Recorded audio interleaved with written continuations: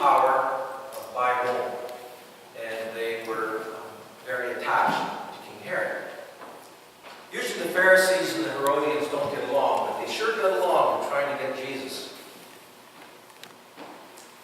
And the Pharisees asked the Herodians to join them this particular day in a plot and a trick to ask questions about taxes, because the Herodians represent all that's good about giving tax, and they benefit from it.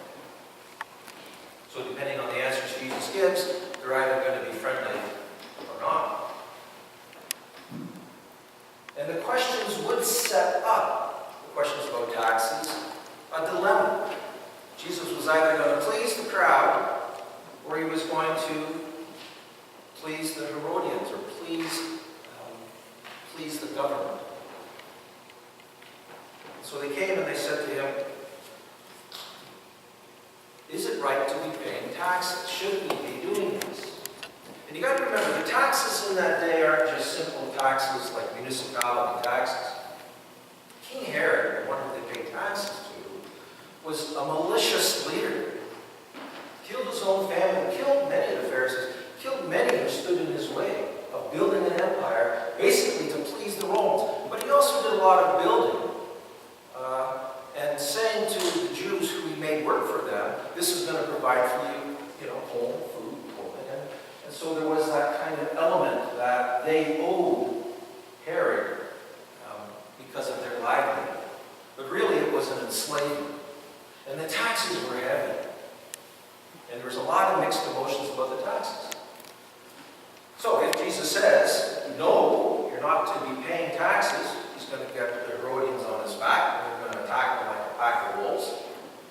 And he's going to be going up in front of the government rulers, and they're going to be imprisoning him or whatever they do to people who speak against taxes in this day. If he says yes, the people are going to be angry with him because they're oppressed. And they don't want this Jesus telling them, as many beforehand did, that they should abide by the rules within the community, particularly to pay their taxes. So Jesus was stuck, but not really.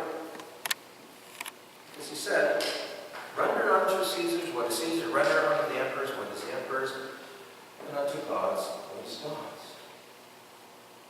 And it answered the question, but it didn't make anybody upset. It didn't really make anybody really happy. What it did is that it brought up the truth, and it raised the question, where are your boundaries between the profane and the sacred? And in that day, that was a very, very big question. A lot was about law in those days. If it wasn't governmental law, it was certainly religious law. And the question of what is profane, what is sacred, was a big one for those people.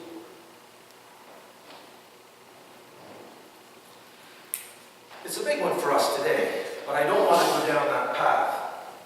Because what I want to do is I want to stick to looking at this situation through the eyes of Jesus. What was Jesus in front of here? He was in front of an antagonistic group who had the power to hurt him and tried to regularly hurt him by tricking him. Ever since he came into Jerusalem, riding on the back of the donkey, everybody was hailing him. They were after him.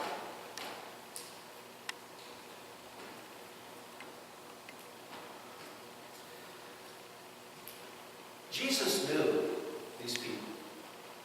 He knew his antagonists. He knew what was going on when they approached him and asked him a question. He knew, because Jesus knows what love and compassion is all about. And he knows when it's not present.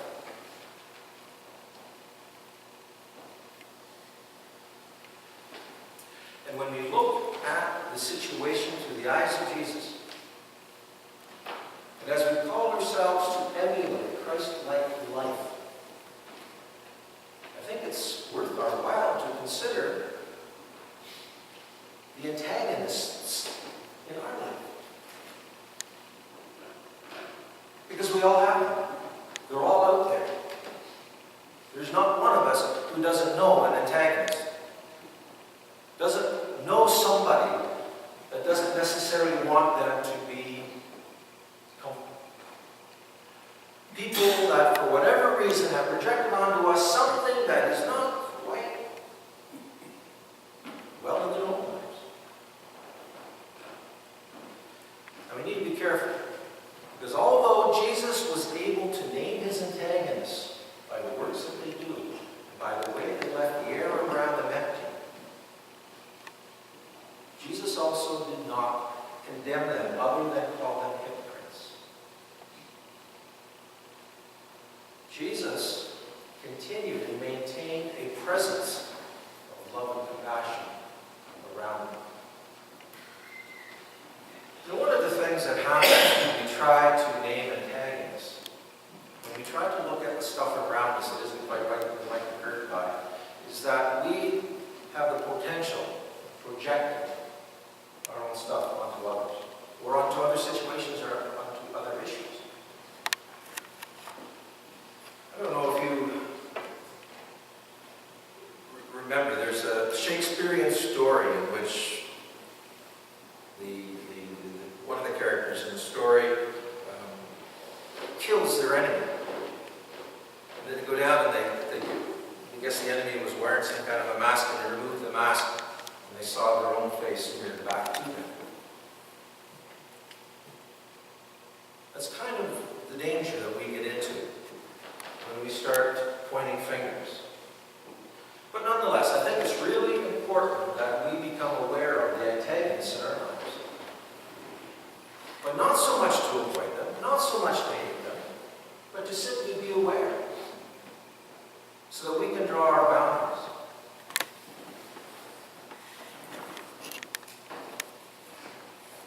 In my experience, it has become much, much more important for me personally. I mean, aside naming antagonists, but greater than, is learning how to be a loving individual in whatever situation that I find myself in with whom I am surrounded by. Jesus was continually and always vulnerable in his ministry. Jesus did not take a defensive position. Jesus did not make his ministry about putting other people down so that he could look better. Or Jesus wasn't about putting up all the armor and all the walls and warding off those people he could have, but he didn't. Jesus was so vulnerable that he opened his arms wide and got nailed to a cross and stayed there because he believed in his ministry. He believed in his mission. And he believed that love conquers all. So if we're going to emulate Christ, yes, we need to be aware that there are antagonists all around